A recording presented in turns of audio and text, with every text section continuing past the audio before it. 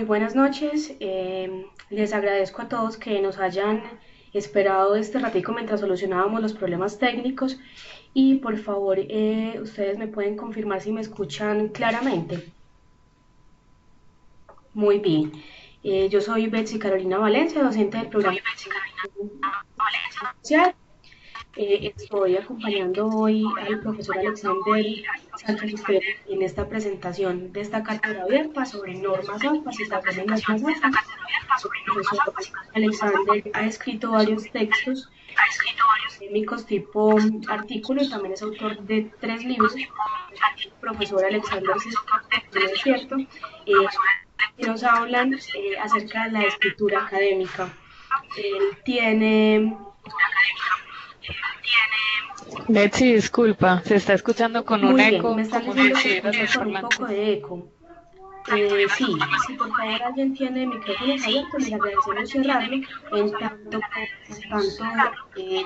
iniciamos la presentación y hacemos la presentación para que no haya interferencia en el sonido. Retomo entonces presentando al profesor Alexander, él hace parte del cuerpo docente del programa de comunicación social y pues hoy nos va a hablar de un tema que para todos los estudiantes, docentes, para todas las personas que hacemos parte del mundo académico y los que estamos inmersos en el mundo académico pero también somos profesionales, revierte una gran importancia y es la citación en normas APA.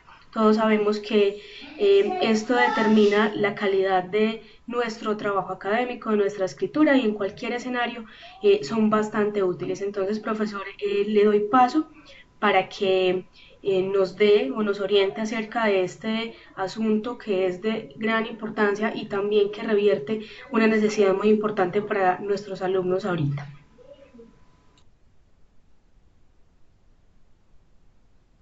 Muy buenas noches, muchas gracias Betsy.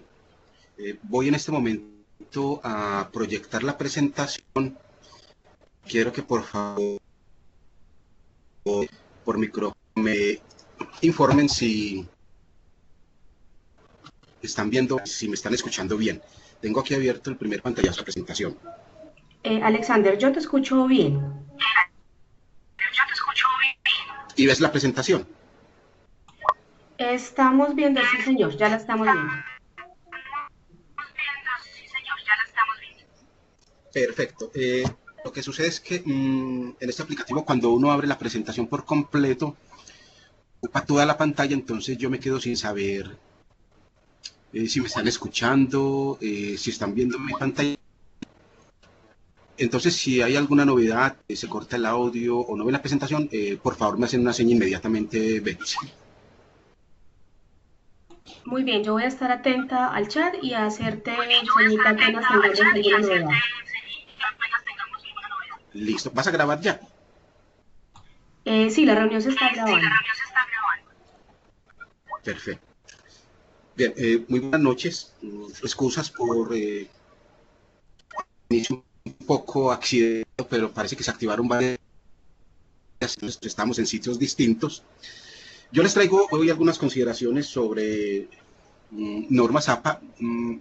Sobre este tema hay mucha tela que cortar. Yo les traigo más bien unas reflexiones, pero más que todo, unas orientaciones de carácter prescriptivo sobre el uso de normas APA. En otro espacio podríamos abrir una sesión para reflexionar y discutir este asunto que se denomina actualidad. Algunos también lo llaman referenciación.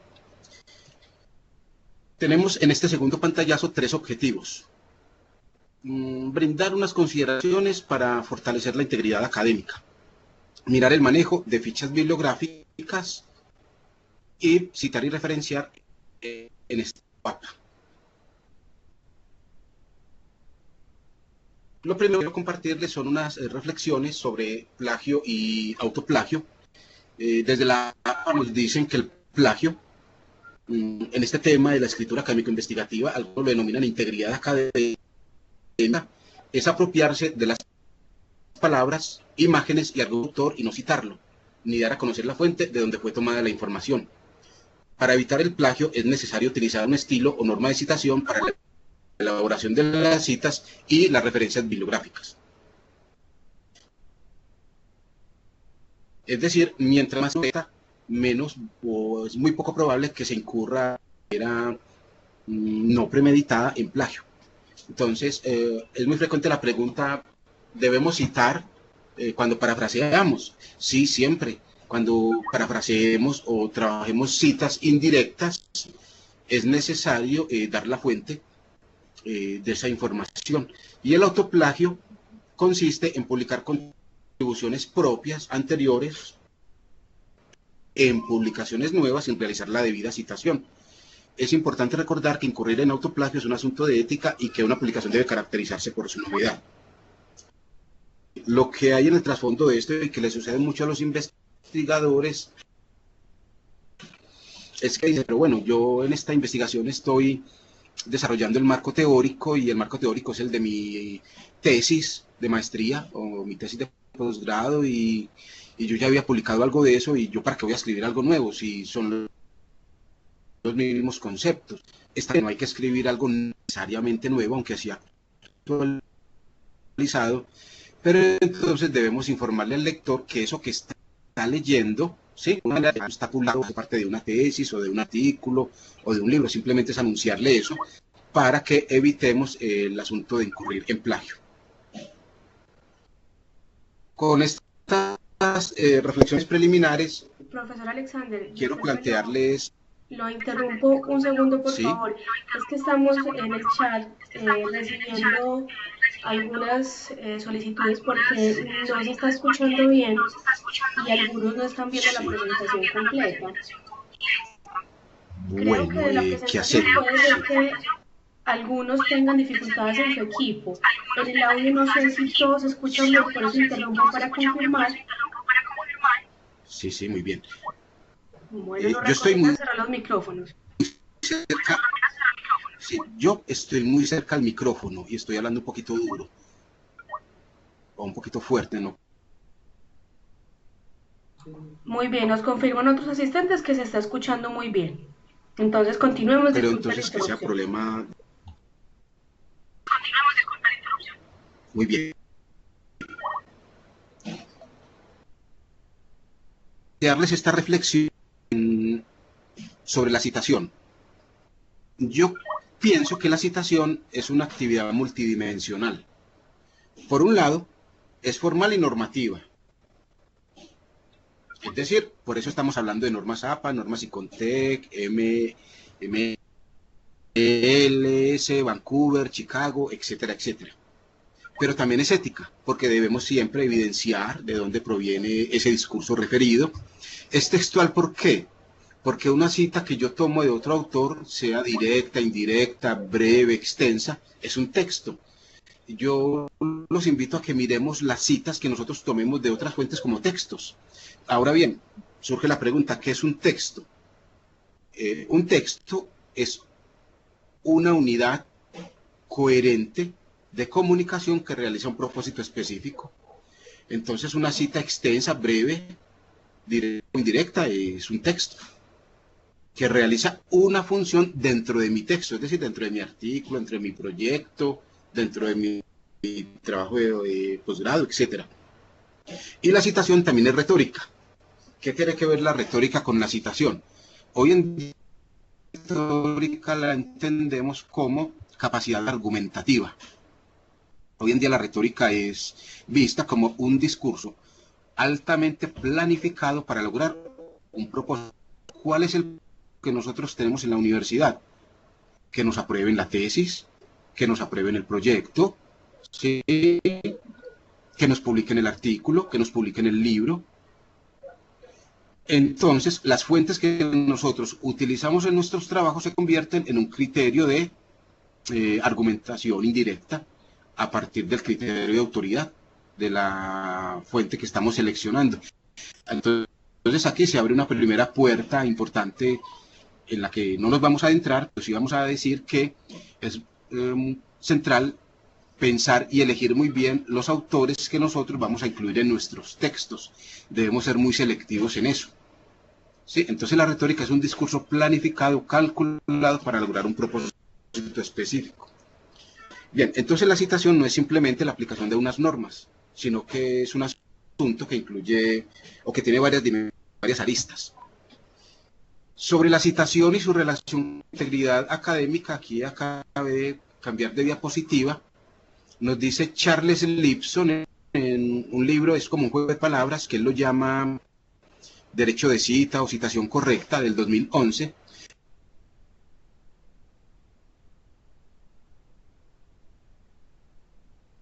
Él nos dice que hay varias razones bajo ideas de otras personas, haciendo con los planteamientos de ellos.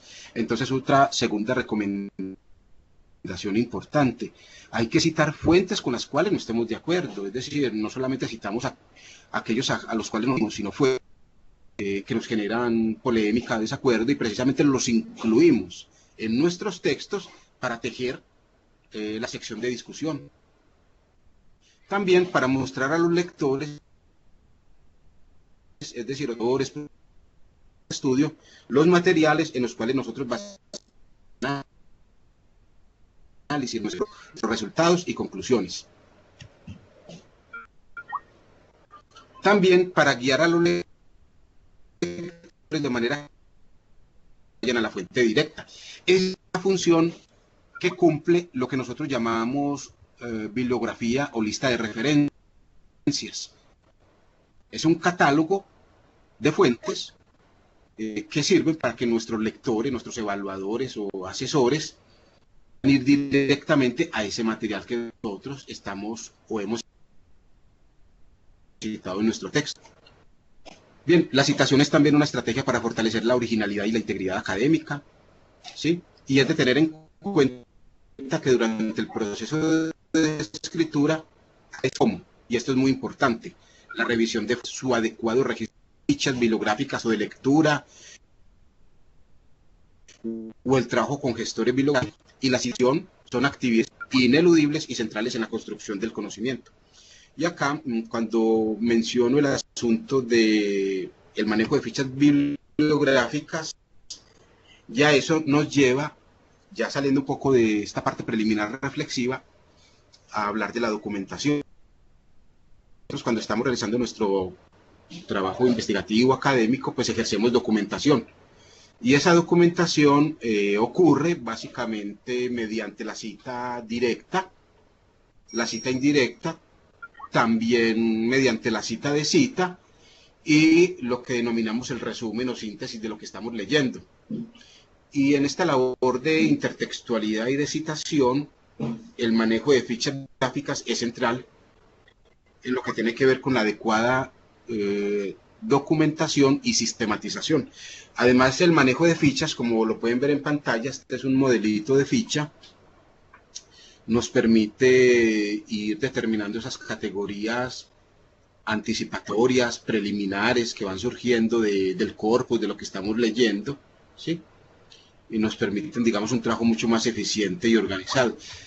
Yo lo que he visto con varios estudiantes de posgrado de distintas universidades es que esta parte inicial de revisión bibliográfica o de estado de la cuestión o estado del arte, como lo quieran llamar, esto depende del nivel o del alcance, se vuelve un verdadero caos cuando uno está leyendo y no está escribiendo inmediatamente. Es decir, hay que leer y escribir. La investigación implica lectura y escritura, y esa escritura debe ocurrir en fichas bibliográficas. Ahora bien, hay muchos modelos de fichas bibliográficas. Por ejemplo, en ciencias básicas y aplicadas utilizan fichas en Excel, que les permite filtrar categorías, autores. El problema con esas fichas es que en esas fichas difícilmente ocurre la intertextualidad, es decir, no hay una labor de escritura de quien lee, sino de registro de metadatos. Entonces eso dificulta un poco el desarrollo del texto final. Pero ya sea que trabajemos en Excel o en Word, o incluso algunos investigadores o estudiantes de posgrado o docentes manejan fichas dentro de los mismos gestores como el Mendeley, lo importante es el concepto de ficha. Esta propuesta que yo tengo acá, pues es un modelo de ficha que su parte inicial pues presenta la referencia. Entonces yo, antes de realizar la ficha, debo tener claro cuál sistema de citación voy a utilizar, en este caso APA. Entonces yo incluyo la referencia en la parte superior de mi ficha. Esa referencia debe quedar muy correcta, precisa, que yo no tenga que hacerle ajustes después. Luego viene un campo, ese es el segundo, que se denomina intertextualidad. Acá es donde ocurre la labor de escritura. Yo lo que pienso con las fichas es que las fichas bibliográficas no son una reproducción del texto que yo estoy leyendo. No se trata de llevar un contenido de un lugar A, que es el libro o el artículo, a un lugar B, que es la ficha. No, se trata de citar y antes de la cita abrirle un contexto a esa cita, incluir el discurso referido y cerrar con un contexto o con un análisis o interpretación de mi parte. Esa es la manera en que la intertextualidad se va a ir fortaleciendo en mis textos. Yo las fichas debo verlas como una actividad de escritura hacia el texto que debo producir finalmente, sea la tesis o un capítulo de la tesis o el artículo como tal. De tal manera que yo voy reuniendo 10, 15, 20 fichas y esas fichas están escritas de manera muy correcta, es decir, están escritas en lo que se llama modo lector y no modo autor. Son dos perspectivas distintas. Cuando yo escribo autor, lo que estoy haciendo es organizar mi ficha como yo quisiera leerla. Y en ese sentido yo me vuelvo más contextualizador, doy todos los datos, o mi ficha tiene la informatividad suficiente para defenderse sola en cualquier contexto. En cambio, si yo escribo como autor, un poco es como lo han dicho algunos estudiantes, no, es que yo mismo me entiendo mi propia escritura, no, es que son mis ideas. Ese tipo de escritura te hace perder tiempo, ¿sí? Y después se vuelve un reproceso reorganizar esa ficha. La idea es que la ficha quede muy bien escrita, sin errores, con todo el contexto. Es lo que en lingüística llaman textos considerados. Es decir, textos que te dan todas las pistas y toda la informatividad necesaria para poder cumplir su propósito comunicativo. Entonces, cuando uno escribe las fichas desde esta perspectiva, prácticamente cuando uno reúne 10, 15 fichas, uno dice, bueno, ya con esto tengo un primer capítulo, ya con esto tengo un primer apartado sobre tal categoría, sobre tal tema. Es decir, es un mediador en la labor de escritura, no es simplemente un cortar y pegar de un lugar A a un lugar B.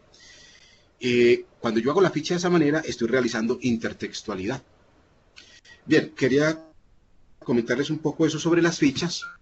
Y, por supuesto, cuando yo voy obteniendo varias fichas, como ustedes pueden ver en pantalla, yo lo que les recomiendo es que creen una carpeta que se llame revisión bibliográfica. Esa carpeta, abran subcarpetas por las categorías iniciales o las categorías que van surgiendo de la lectura, y esas categorías se van convirtiendo en su marco o sus capítulos teóricos en lo que van construyendo. También es recomendable abrir una carpeta que tenga el nombre del texto que ustedes deben producir. Por ejemplo, si yo debo escribir una tesis de maestría, lo primero que yo debo definir es cuál va a ser la estructura de mi tesis. Y luego creo subcarpetas con esa estructura. Usualmente las tesis tienen una estructura como la siguiente. Hay una introducción. Después de la introducción es opcional, puede haber un capítulo que sea revisión de antecedentes, ¿sí? O estado de la cuestión, o estado del arte. Luego vienen unos capítulos de carácter conceptual. Luego viene el capítulo de metodología, luego análisis de resultados o resultados y discusión, conclusiones. Entonces yo puedo crear carpetas con las secciones que va a tener mi texto. Y en cada carpeta voy metiendo las fichas que se relacionan con eso. Entonces es como ir llenando el esquema, ¿sí? Y esto realmente tiene un buen rendimiento y al final hace que la escritura fluya mucho más eficientemente. También cuando yo voy realizando fichas bibliográficas, yo puedo paralelamente ir realizando recuadros, síntesis, que den cuenta de la revisión que estoy trabajando. Por ejemplo, en esta tabla 1, el autor de esta tabla empezó a investigar sobre algunas definiciones acerca de e-commerce, ¿sí? Y revisó unos estudios previos. Y si ustedes ven en la parte derecha de la pantalla hay una lista de fuentes entre paréntesis, en estilo parentético, y hay 14 definiciones sobre ese concepto. digamos, esto no es posible si uno hace una labor de fichas y de citación dentro de las fichas. Entonces te puede volver mucho más eficiente la labor de revisión. Bien, hasta aquí quería simplemente plantearles unas consideraciones muy, pues, que creo que son útiles y sirven para el trabajo de revisión. Y ahora sí, la parte normativa sobre normas APA. Entonces adentrémonos en algunos aspectos. Citas. En el sistema de la APA, la cita se entiende como un fragmento textual que puede ser literal, breve o extenso, o adaptado, que se toma de una fuente y se incluye en el cuerpo del trabajo. La cita literal, o sea, parafraseo, debe ir acompañada de datos tales como autor, año de publicación y página. Es decir, cada que yo cite de manera directa o indirecta, dentro de paréntesis, ineludiblemente debo incluir el autor, y el autor es el primer apellido, coma, el año, y la página es opcional en las citas indirectas y es obligatoria en las citas directas, ya lo vamos a ver. También las imágenes, los gráficos que yo tomé de internet deben ir acompañados de la respectiva fuente. Eso sí, debo utilizar ese material si no tiene ningún tipo de restricción de derechos de autor. Hay muchos tipos de citas. Yo realmente, pues, en la investigación que realizamos recientemente, detectamos 9 tipos de citas. Yo solamente voy a mostrarles 3, que son las más usuales en el trabajo académico. Por un lado está la cita directa, que puede ser breve o extensa. Está la cita indirecta, que también se denomina parafraseo. Y está la cita de cita. Bien, antes de continuar con la explicación de estos 3 tipos de citas, quiero verificar si me están escuchando adecuadamente y están viendo mi pantalla. Adelante, Betsy. Alexander, en este momento sí te estamos escuchando bien. Han habido algunos altibajos de la conexión a internet y se entrecorta, pero los hemos superado con los usuarios que nos están acompañando. Perfecto.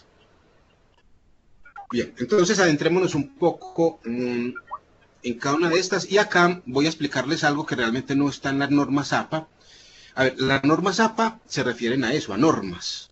Es un texto de carácter prescriptivo, que no incluye realmente la dimensión discursiva. Es decir, la manera en que yo manejo mi propio conocimiento y el de otros a través de la citación. Entonces, vamos a mirar algunos asuntos que yo creo que pueden servirnos para fortalecer un poco más nuestra escritura. Bueno, citas indirectas o paráfrasis. Este tipo de cita busca crear un texto paralelo que continúa el estilo o línea discursiva del autor del texto y evita el exceso de citas directas. Aunque hay varias formas de presentar las paráfrasis, algunas recomendaciones útiles para ser más eficientes a la hora de incluir citas indirectas en los textos. Y de paso quiero decirles que realmente la paráfrasis, cuando uno la está manejando, exige un mayor esfuerzo cognitivo de parte de uno. La paráfrasis indica que hay interpretación, que hay análisis, que hay interpretación, apropiación, que hay capacidad de síntesis, de relacionar conceptos. Es decir, la paráfrasis es una cita que exige, digamos, bastante ubicación discursiva por parte de quien está escribiendo. Una de las objeciones que más realizan los árbitros o los asesores de investigación es que le dicen a los autores, mire, lo que pasa es que en ese texto suyo no se sabe cuáles son sus ideas, ni cuáles son las de los autores, todo aparece mezclado. Entonces, una manera de uno evitar con las paráfrasis que todo eso se mezcle, es un procedimiento de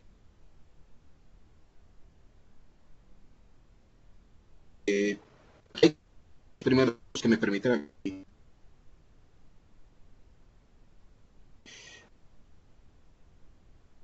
Primero, en lo posible, anuncia la paráfrasis que desde la lingüística se denomina expresión introductora. Y ahí lo ven entre corchetes e i, expresión introductora. para que el lector identifique dónde comienza y se diferencia claramente de los aportes del autor y de otras citas. Ya eso lo vamos a ver enseguida. 2. Una vez dada la paráfrasis, ciérrela con la respectiva referencia. Es decir, los datos encapsulados dentro de paréntesis. 3. La paráfrasis debe reproducir fielmente el sentido, no las palabras de lo que se cita. Por supuesto que esto a nivel discursivo abre la puerta para la discusión, porque cuando uno cambia una palabra, es decir, ya está cambiando algo. Realmente sinónimos en el léxico especializado no hay. Entonces, cuando yo modifico un término, estoy cambiando algo.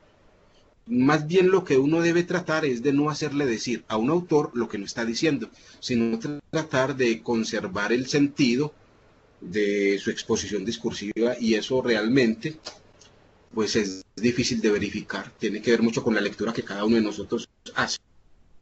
4. La paráfrasis debe caracterizarse por su autonomía expresiva. Es decir, la paráfrasis en sí misma es un texto. Es decir, es una unidad de comunicación que debe ser coherente y cumplir un propósito comunicativo como tal. Acá voy a mostrarles unos ejemplos auténticos de nuestro contexto colombiano sobre paráfrasis y sobre citas directas e indirectas. Bueno, tenemos el primer caso. 1. En rojo yo señalo la expresión introductora de la cita. Entonces miremos esa expresión introductora en el primer ejemplo. El profesor Álvaro Díaz Rodríguez, 2014, explica que el ensayo es este género de escritura universitario. El ensayo tiene una amplia diversidad temática, retórica y formal, lo cual hace difícil ofrecer una definición única y, sobre todo, establecer pautas fijas en cuanto a su forma, extensión y orientación discursiva. Abro paréntesis, página 65. ¿Cuál es la estructura retórica de esa primera cita? Que, como podemos observar, se trata de una paráfrasis porque no hay comillas por ningún lado. ¿Cómo comienza? Una expresión introductora. ¿Cuál es esa expresión que me introduce la paráfrasis? El profesor Álvaro Díaz Rodríguez, 2014. Fíjense que el autor o la fuente de esa cita está integrado a mi propio discurso. Esto es lo que se denomina cita integrada. En la cita integrada yo pongo a realizar a esa fuente una actividad discursiva. Y en este caso, el profesor Álvaro Díaz Rodríguez es el sujeto de una oración formal. Y yo luego, del año 2014, pongo un verbo. Ahí está resaltado en azul, explica. Ese es un tipo de verbo que en lingüística se denomina verbo de reporte. Y hay 3 tipos de verbos de reporte. Por un lado tenemos el verbo de reporte de carácter discursivo, como este. Discursivo es realizar una actividad comunicativa. ¿Cuál es ese tipo de verbos? Explicar, argumentar, informar, describir, aclarar, plantear, decir, expresar, etcétera, etcétera. Hay otro tipo de verbos que los denominan cognitivos, como ver, entrever, intuir, pensar, y verbos de carácter investigativo, analizar, sistematizar, ¿sí? Diseñar, categorizar. En este caso es un verbo de carácter discursivo. Ese verbo, digamos que es el centro de la expresión introductora. Ese verbo, o sobre ese verbo, recae toda la fuerza locutiva o ilocutiva del segmento. Eso quiere decir que ese verbo impone al lector cómo tiene que entender esa cita. Y yo les pregunto, ¿ese verbo qué? ¿Ese verbo es elección de quién? Ese verbo es elección de quien está escribiendo. Eso quiere decir que eso es una actividad retórica, subjetiva, que nada tiene que ver con la validez de la ciencia. Sin embargo, ese verbo impone una manera de entender. Yo podría haber utilizado otro verbo como argumenta, enfatiza, señala, advierte, ¿sí? Entonces, un poco el sentido acá de esta primera, o de este acercamiento, es que nosotros debemos ser muy conscientes lingüísticamente de las expresiones introductoras, cómo lo hacemos y de los verbos que elegimos para introducir la cita, sea directa o indirecta. Y aquí vemos un tipo de cita que no aparece en la norma APA y es una cita integrada, en la cual la fuente que yo cito está integrada a mi propio discurso y ocupa un lugar de preeminencia textual, porque está encabezando una información importante.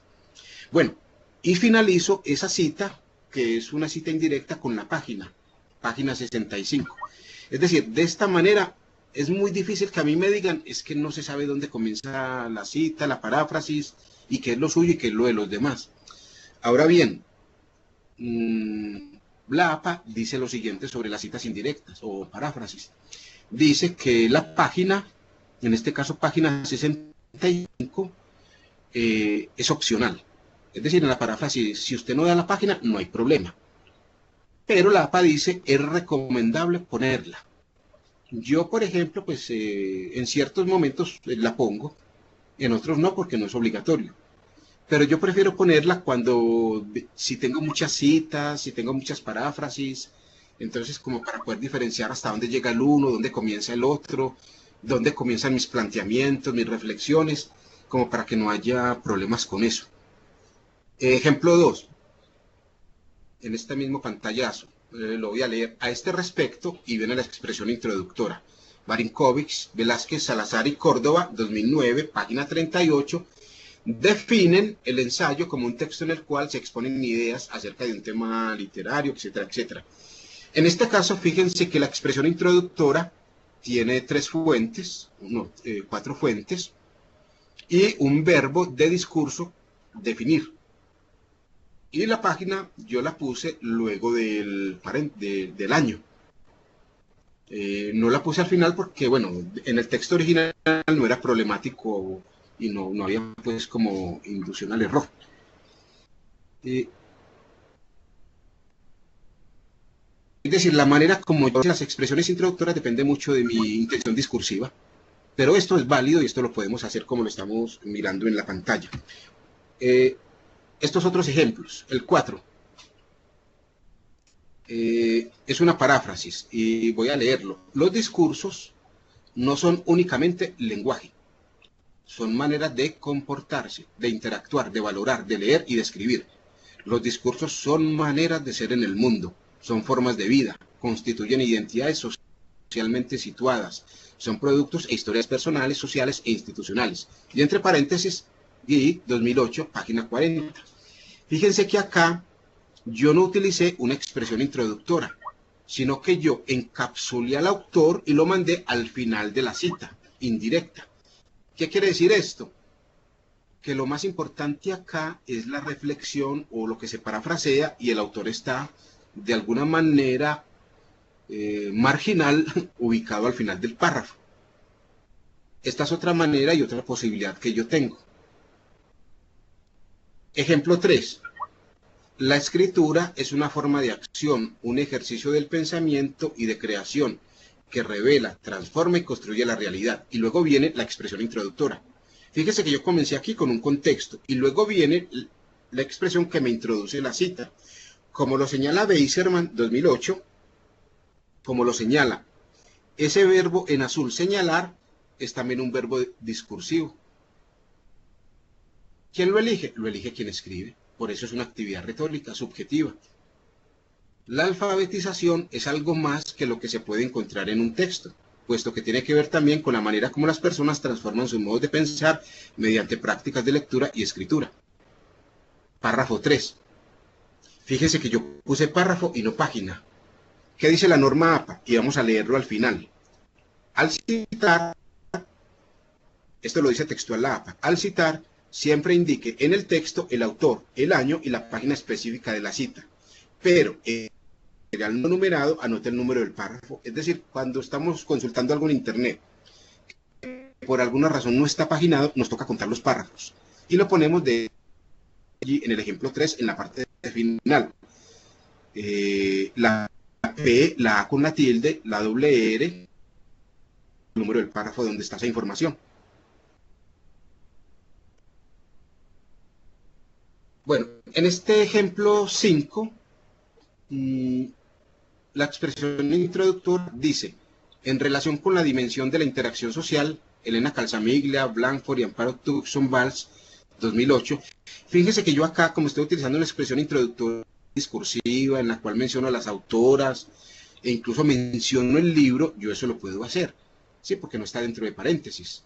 Yo esto no lo podría hacer dentro de un paréntesis, pero por fuera del paréntesis yo puedo discurrir informativamente sobre la fuente, ¿sí? Entonces dicen estas autoras de 2008 en su libro Las cosas del decir, ellas se refieren y luego viene la paráfrasis. O en el ejemplo 6, en esta línea de reflexión Highland ha señalado que, y luego viene el... Esta es la manera en que uno lo puede hacer en normas APA. ¿Qué nos dice la norma APA al final? Y vamos a leerlo. Al parafrasear o referirse a una idea contenida en otro trabajo, se aconseja indicar un número de página o de párrafo, en especial cuando esto ayude a un lector interesado a ubicar el fragmento relevante en un texto largo y complejo. Miren, la APA lo dice. Puedes poner o no poner la página cuando no es una cita indirecta, pero se aconseja ponerla. Ya dependerá de cuál es nuestra intención comunicativa a la hora de escribir y si es necesario no ponerla. Bueno, citas directas cortas. La APA nos dice que las citas directas cortas son las que tienen menos de 40 palabras. Palabras son unidades léxicas, es decir, artículos.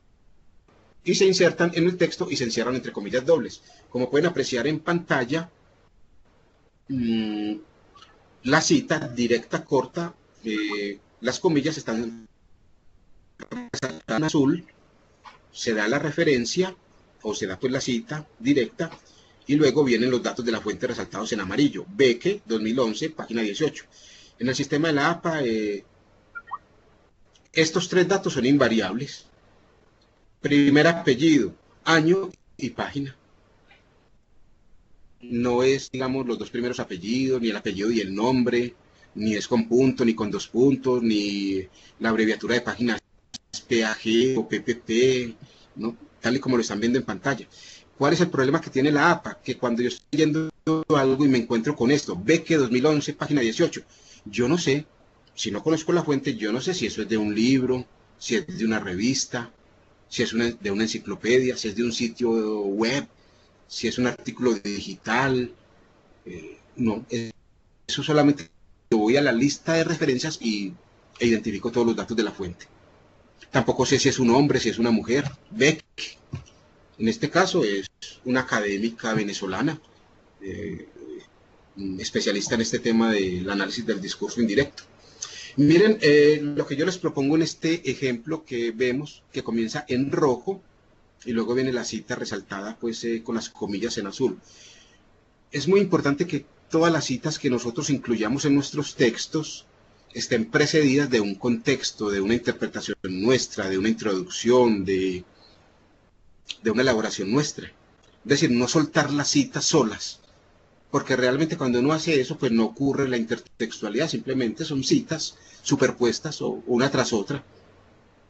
Y por supuesto, cuando yo termine mi cita, debo interpretar, debo sintetizar y hacer una transición con lo que viene, con la otra cita o con mis reflexiones o con lo que venga en el texto.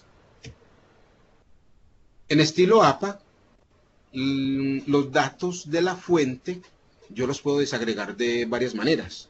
Aquí tenemos 3 ejemplos. Es el mismo texto, pero si ustedes se fijan en el primero, la cita directa, que está con comillas en rojo, termina con los datos de la fuente, dentro de paréntesis. Parodi, 2008, página 77. Eso es lo que se denomina cita directa no integrada. No integrada. Esto no lo contempla pues la APA. No integrada, ¿qué quiere decir? Que el autor no está integrado en mi discurso, está por fuera, está de manera incidental, está dentro de los paréntesis. ¿Por qué? Porque yo tomé la decisión de mandarlo para el final de mi texto, porque lo más importante es la información, no el autor. Pero, como ven en el segundo ejemplo, yo comienzo con un marcador discursivo, de acuerdo con, o lo que comúnmente conocemos como un conector, pero en realidad el término es marcador discursivo.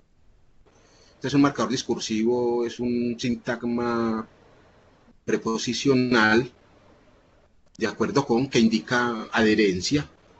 Luego viene parodi, 2008, y luego viene la paráfrasis y la cita directa, y luego cierro con el año. Fíjese que también hay que ser muy conscientes en la citación de este aspecto, de los marcadores discursivos o los adverbios de modo, los tipos de verbo que yo utilizo para introducir las citas. Si yo digo, de acuerdo con parodi, ¿qué le estoy diciendo al lector? Me adhiero totalmente a lo que este autor está diciendo. O sea, no lo voy a controvertir. Pero ¿qué tal si yo en vez de acuerdo con, utilizo la preposición según parodi? Esa preposición quiere decir según lo planteado, pero en el fondo, en términos pragmáticos, esa preposición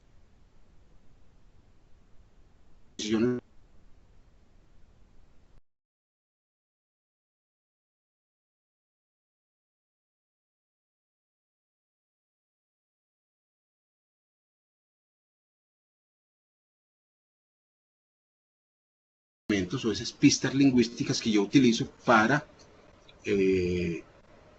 desarrollar mis citas. Y en el último caso vemos, en el estudio 2008, aquí el criterio cronológico es importante por alguna razón. Entonces yo puedo en Norma Zapa pues desagregar los elementos de esta manera. Yo tengo esa versatilidad, esa posibilidad. Citas extensas. Nos dice la APA que las citas extensas comprenden 40 o más unidades léxicas. Se ubican en un bloque independiente del texto, sin comillas y dejando una sangría al lado izquierdo de 2.5 centímetros. Más o menos, visualmente, este es el ejemplo. Fíjense que hay una discontinuidad gráfica, pero no hay una discontinuidad sintáctica discursiva. Según lo plantean Sánchez y Mesa, la revista científica son tal y tal cosa y se cierra con la página. Obviamente yo podría llevar la página también a la parte superior después del 2010. Lo que dice la APA es, este tipo de citas no van ni en un tamaño de fuente menor, ni van en cursiva, van con sangría francesa al lado izquierdo y al lado derecho va justificado, normal. Básicamente es eso. Ahora, una cosa importante es que cuando yo utilizo citas directas extensas, yo estoy obligado a abrirles un contexto y luego de que las de explicarlas, interpretarlas. Yo no puedo dejar una cita directa extensa y luego irme con otra cita o con otra cosa. Yo decir, se volvería como un facilismo en la escritura, como que las citas me están haciendo el texto. Siempre que haya una cita directa extensa hay que explicar, justificar, interpretar, elaborar, discutir, contrastar, etc. Cita de cita. Emplee las citas secundarias con moderación, como por ejemplo cuando el trabajo original ya no se imprime o no se puede encontrar a través de las fuentes habituales o no está disponible en español. Agregue la fuente secundaria en la lista de referencias y en el texto indique el nombre del trabajo original y cite la fuente secundaria. Veamos un ejemplo. Vamos a leerlo. Esta es una cita de cita y además es extensa. Entonces, con respecto a la escritura como instrumento o invención, es importante mencionar que Platón consideraba la escritura como tal cosa.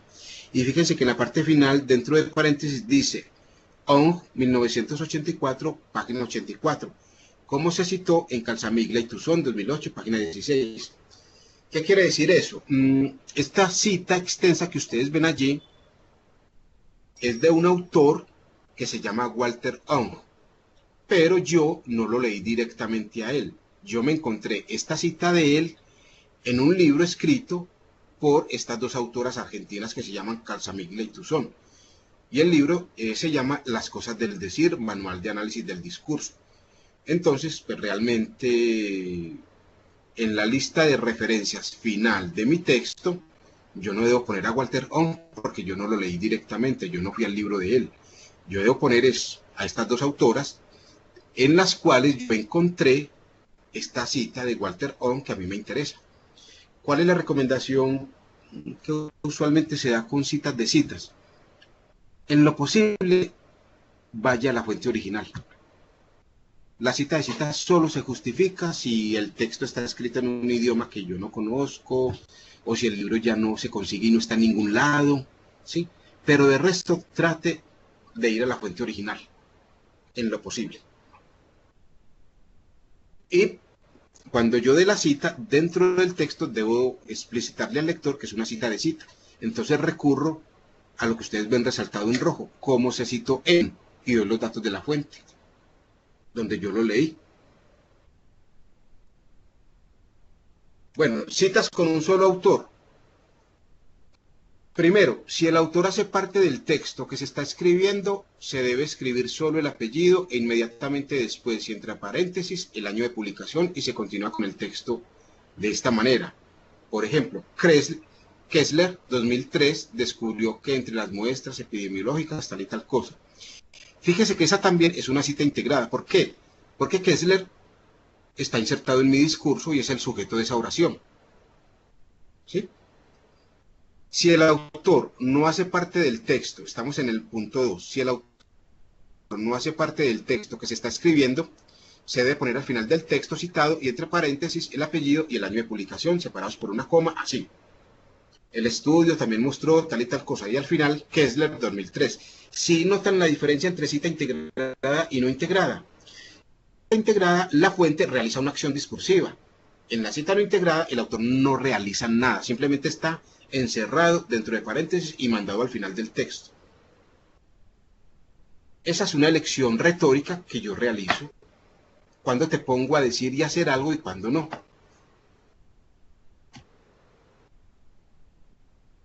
Bueno, si el autor es una fuente corporativa, una institución, igual es un autor, ¿sí?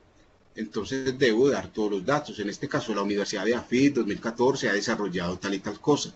O el ICONTEC 2014 estará presente en Ciudad de Loja compartiendo tal y tal cosa. Es decir, los autores son también instituciones, son autores corporativos. Cuando un trabajo tiene múltiples autores, eso es muy importante. Estamos hablando de citación. Nos dice la APA, y miren que ahí está literal. Cuando un trabajo tenga dos autores, cite ambos nombres cada vez que aparezca la referencia en el texto. Es decir, siempre van a aparecer los dos. Pero cuando un trabajo tenga 3 autores, 4 o 5, hay que citarlos a todos la primera vez que aparezca la primera referencia. Pero a partir de la segunda referencia, solamente incluyo el apellido del primer autor, seguido de la abreviatura et al, que significa y otros. Obviamente esa abreviatura en el estilo APA se escribe sin cursivas y con un punto después de al. Es decir, la norma APA obviamente no sigue la ortografía española. La ortografía española que nos dice, todas las expresiones o los extranjerismos y latinismos, si no están incorporados o españolizados, deben escribirse en cursiva. Pero como estamos en norma APA, pues no van en cursiva. Miremos este primer ejemplo. Para Sánchez, Méndez y Puerta, ahí tenemos 1, 2, 3, 4 autores. Y viene la cita y luego 2013, página 52. Esa es la primera vez que yo los cito. Pero si voy a citarlos de nuevo en mi texto, simplemente incluyo Sánchez et al. Por eso es muy importante cuando yo vaya a escribir un libro, un artículo, una tesis, que quede muy claro al comienzo quién va a ser el principal autor. Porque después del primero, todo se convierte en et al. Bien, eso es lo que nos dice la norma APA. Pero si quisiéramos mirar eso de forma más detallada, está este cuadro. Obviamente este material yo se lo voy a pasar a la coordinadora de la reunión para que se los haga llegar. Aquí tenemos una primera columna que es el tipo de cita. Cuando es un solo autor, cómo aparece la primera cita en el texto, cómo aparecerían las citas subsecuentes en el texto, ¿sí? Cuando son 2 autores, 3, 4, 5 o 6 o más autores. Cuando son 6 o más autores, desde la primera vez se utiliza el et al. Una inconsistencia que uno observa mucho en los trabajos es que uno encuentra citas y la primera cita es Gómez et al. No, primero hay que dar todos los autores y a partir de la segunda, ahí sí utilizas el et al cuando son más de 3 o de 3 en adelante. Bien, yo creo que este cuadrito nos puede orientar mucho en ese asunto de citación. Fechas en obras clásicas. Dice la APA, cuando una fecha de publicación resulte fuera de lugar, tal como sucede para algunos trabajos muy antiguos, cite el año de la traducción que usted utilizó precedida de la abreviatura TRAD en cursiva, o el año de la versión que usted utilizó seguido por la palabra versión. Por ejemplo, citar en el texto Aristóteles 2007, eso suena o resulta como inusual, a no ser que haya un autor que se llame Aristóteles y haya escrito algo en 2007. Entonces lo que recomienda la APA es, como lo ven ahí entre paréntesis, Aristóteles, Trad en 2007, página 86, es decir, es un autor reconstituido, estoy leyendo una versión del 2007, o Aristóteles 2007, versión, que quiere decir que es la versión de ese año, en la página 86. O tengo esta otra variante, como lo ven al final, Whitman. Walt Whitman, poeta norteamericano, escribió su famoso libro Hojas de hierba en 1855. Pero obviamente yo estoy leyendo la versión, no del 55, sino esta de 1997. Entonces, estas son 3 maneras que yo tengo para explicitarle al lector cuál es la versión que estoy trabajando o citando. Bueno, y en la lista de referencias final se incluiría así Aristóteles, traducción de 1990, y se pueden dar también, obviamente hay que dar el dato del traductor y la ciudad y la editorial.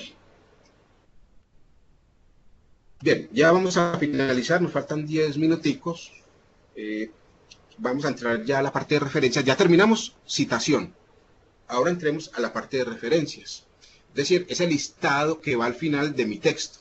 Dice listado de fuentes. Lo que hay que decir es que ese listado de fuentes no se llama, en el estilo del APA, no se llama ni bibliografía ni lista de referencias, simplemente se llama referencias. Y las referencias permiten dar reconocimiento a los autores de dichos documentos, orientan al lector para localizar las fuentes, deben contener todos los elementos, y esta lista de referencias, bueno, yo le digo lista de referencias, pero el término concreto de referencias debe ir en sangría francesa. Esto es opcional.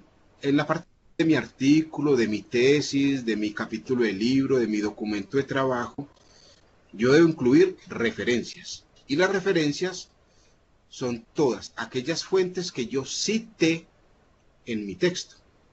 O sea, en las referencias no puede haber ninguna fuente que yo no haya citado, y viceversa. Todo lo que esté en el cuerpo del texto tiene que aparecer en la lista de referencias. Pero algunas disciplinas y algunos docentes le dicen a los estudiantes o a los investigadores, además de las referencias, incluya una bibliografía. Entonces la bibliografía va después de las referencias. En todo caso es opcional. ¿Qué es la bibliografía? Son todos aquellos textos que yo leí, pero que no cité en el texto. Realmente esto no es, aunque es opcional, no es muy usual. Realmente lo que uno ve en los trabajos investigativos es referencias. Y la entrada de cada referencia es por orden alfabético. Digamos esto de cibergrafía, netgrafía, de dividir las referencias por tipo de soporte. Primero pongo las revistas o los artículos, luego pongo los libros, capítulos de libros, luego pongo los sitios web. No, todo va en estricto orden alfabético por autor, sea persona o entidad corporativa. Las referencias en el estilo APA deben tener una sangría francesa después de la primera línea, como ven el ejemplo allí. Aquí hay 3 referencias. La primera es del 2011, un libro. La segunda es un capítulo de libro y la tercera es un artículo. Esta sangría francesa, simplemente ustedes señalan la referencia en Word, se van donde dice párrafo, buscan párrafo especial, luego sangría y le dan francesa y él mismo le corre la línea. Esta es la manera en que debe visualmente aparecer la lista de referencias al final de mi texto.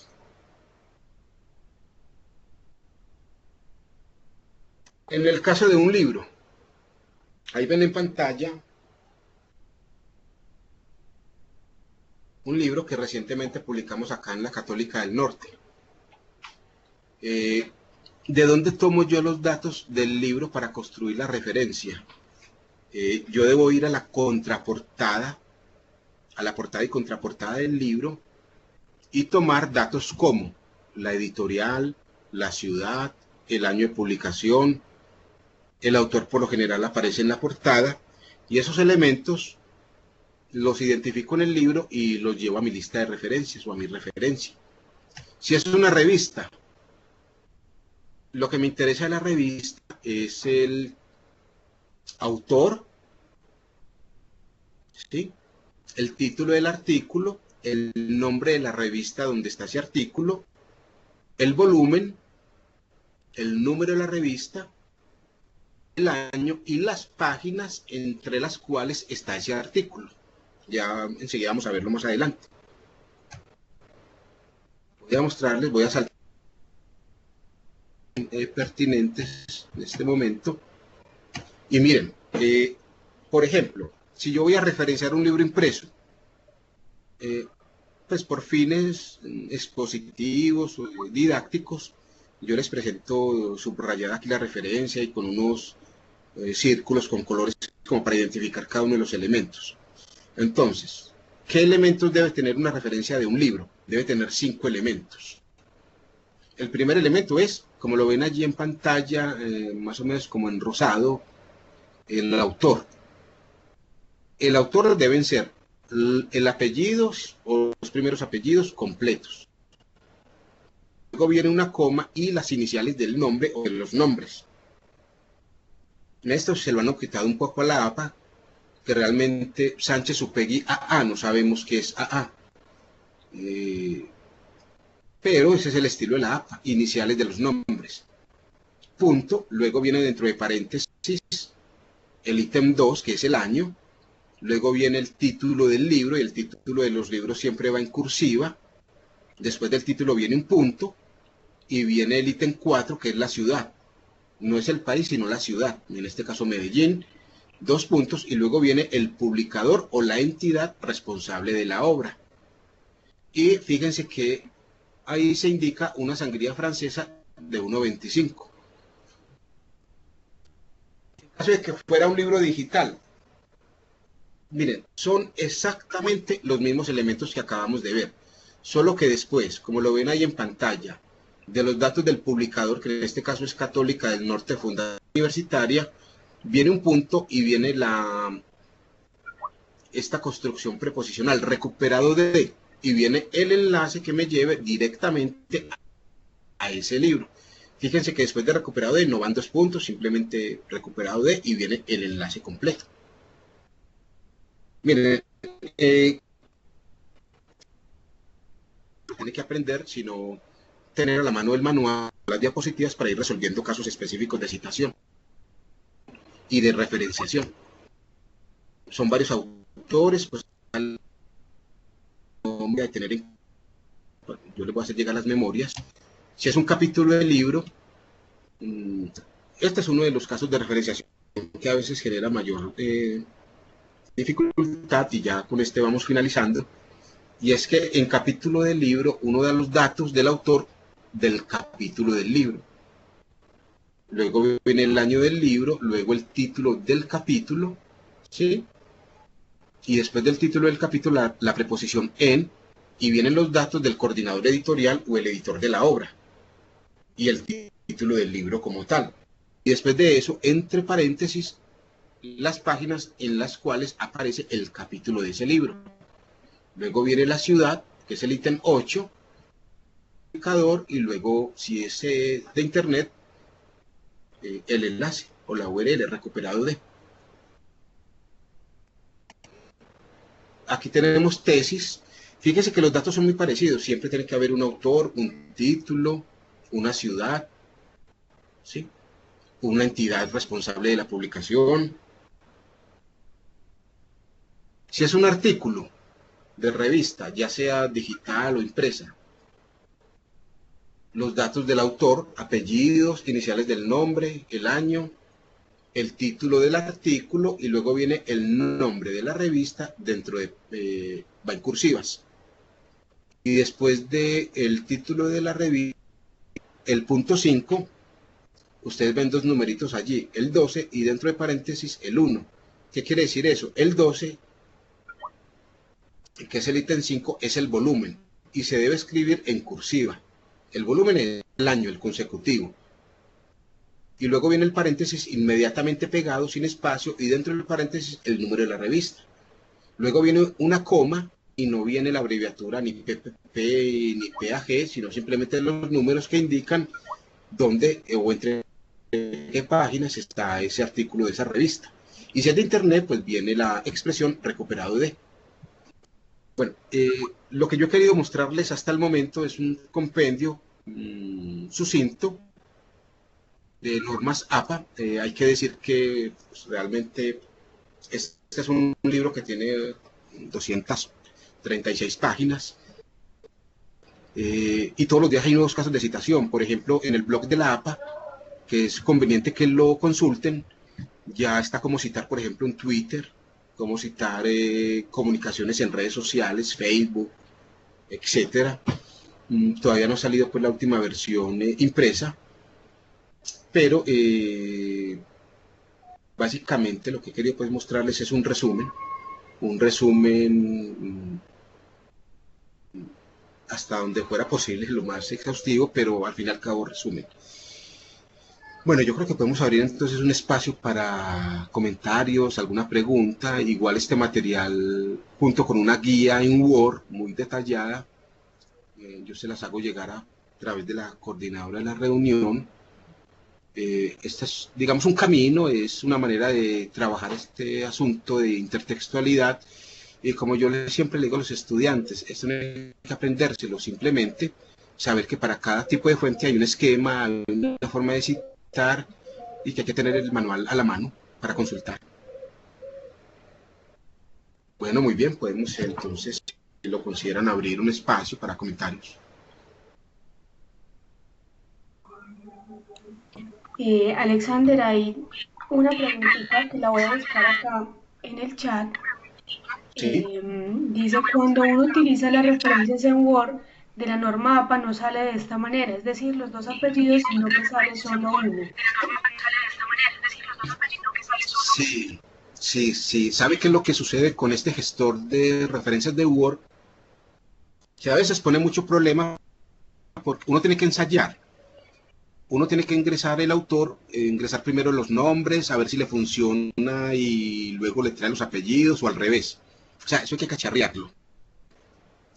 El problema de ese gestor de Word es que uno debe conocer muy bien cuáles son los elementos que debe tener determinado soporte. Es decir, yo debo saber qué debe contener un artículo de revista, un capítulo de libro, un sitio web, un material legal. Digamos, el gestor de Word funciona, pero hay que trabajarlo. Y además, como es un programa internacional, no contempla los casos de citación específicos, por ejemplo, para materiales legales en Colombia, las leyes. Problemita, que a veces me pone en primer lugar el nombre y no me pone el primer apellido, o me trae el primer y el segundo apellido. Entonces hay que ensayarlo, a ver en qué punto pues me funciona.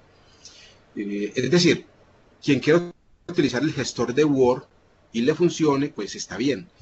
Yo, la verdad, lo que recomiendo es que aprendamos a hacerlo manual, porque cuando uno lo hace así, interioriza mucho mejor la norma, no depende de un programa para que le haga la citación, ¿sí?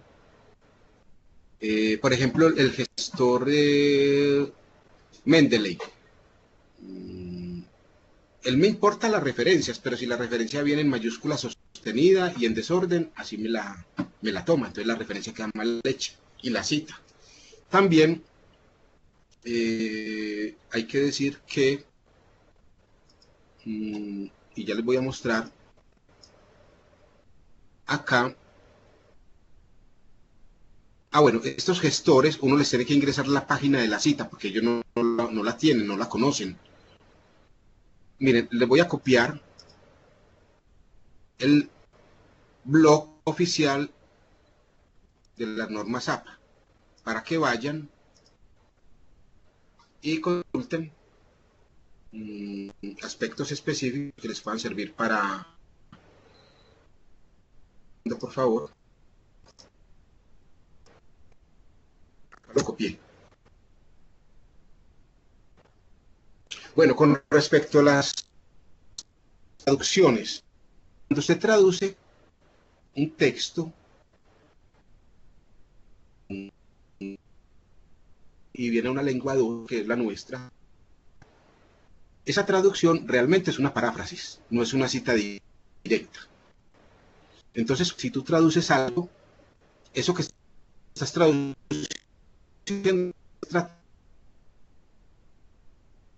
tratarlo como una paráfrasis,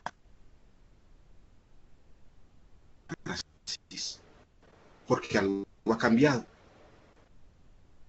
La única manera en que a uno, entre comillas, literalmente, en el que quiere hacer una traducción en una nota a pie de página o después de la cita. Sí, realmente en Internet hay muchos aplicativos, los gestores bilográficos te organizan la referencia. El Mendeley, por ejemplo, tiene una gran cantidad. Eso está bien. Esto es gestor de Word. Yo puedo utilizar el gestor de ortografía de Word, pero ortografía Word. Yo debo conocer aspectos de escritura y simplemente es una auxiliar. Lo mismo sucede con estos sistemas de gestores bibliográficos. Entonces es muy importante que vayamos conociendo la norma y vayamos citando.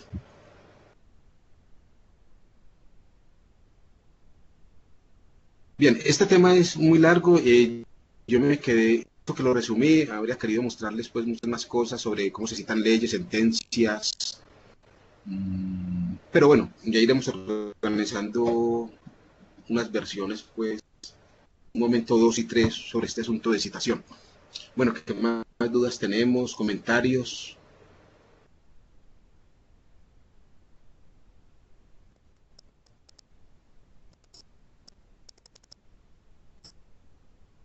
Muy bien, Betsy, entonces, por el momento, no hay más comentarios. No sé si quieras cerrar con alguna síntesis o con algún comentario general.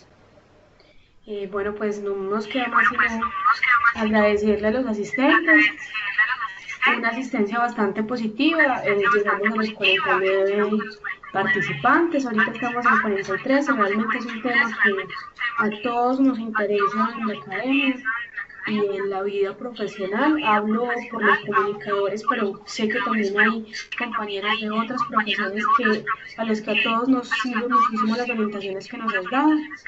Y esperamos poder tener en segunda y ojalá tercera parte de esta cátedra abierta, porque realmente es un ejercicio que todos debemos más bien hacer, y que lo pones de una manera muy sencilla, de modo tal que uno le pierde el susto al asunto de si cito o no cito bien en normas APA, si mi trabajo de grado me está quedando bien con normas APA, que es, digamos, de alguna manera un asunto que asusta a los estudiantes e incluso a muchos docentes todavía nos genera muchas dudas. Sí, totalmente de acuerdo. Yo he estado en varios seminarios con estudiantes de posgrado en distintas universidades y hay realmente cierto temor, hay muchas dudas sobre cómo manejar este tema de citación en APA. Además, porque cada disciplina tiene sus propias particularidades. Por ejemplo, los estudiantes de Derecho de posgrado se enfrentan a la dificultad que las normas APA no les dicen citar una sentencia, cómo citar jurisprudencia, normas, leyes, decretos y lo que ellos denominan doctrina. Y, ahí hay un vacío, entonces lo que hay que hacer es una adaptación. Hay disciplinas, la norma APA no recomienda mucho el manejo de la nota a pie de página, pero hay disciplinas que requieren mucho el manejo de notas a pie de página. Entonces en esto lo que hay que hacer son adaptaciones que sean pues consistentes y ver esto de forma metafórica como el manejo que yo hago de diferentes voces, incluida la mía, en el texto que estoy construyendo, en esa trama y urdimbre de significados, donde los otros me ayudan colaborativamente a avanzar en el desarrollo de mi texto. Básicamente es eso, y las normas están allí para indicarme la parte formal de qué va antes de qué, cómo pongo el autor, puntos o si va una coma. Pero como yo les digo, esto no hay que aprendérselo, sino aprender a diferenciar y tener el manual a la mano para consultar en casos de duda. Claro que Muy sí. bien, Betsy, muchas gracias y muchas gracias a todos por la Gracias asistencia. a todos. Veo que hay algunas preguntas que, hay una pregunta que hicieron ahorita, pues lo que vamos a hacer entonces es que vamos a recogerla en una memoria y le pasamos al examen el correo para que él nos pueda dar respuesta y se las entregamos conjuntamente con el material que nos compartirá Alexander. De acuerdo. Bueno, feliz noche para todos. Daniel, estamos compartiendo el enlace que el profesor Luis Fernando Mejía nos ha estado regalando en el chat para que por favor lo tomen, y es el enlace de las redes de la universidad.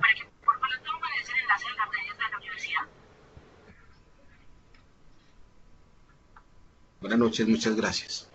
Feliz noche, muchas gracias Alexander, gracias al programa de comunicación social y obviamente a todos los asistentes. Hasta luego.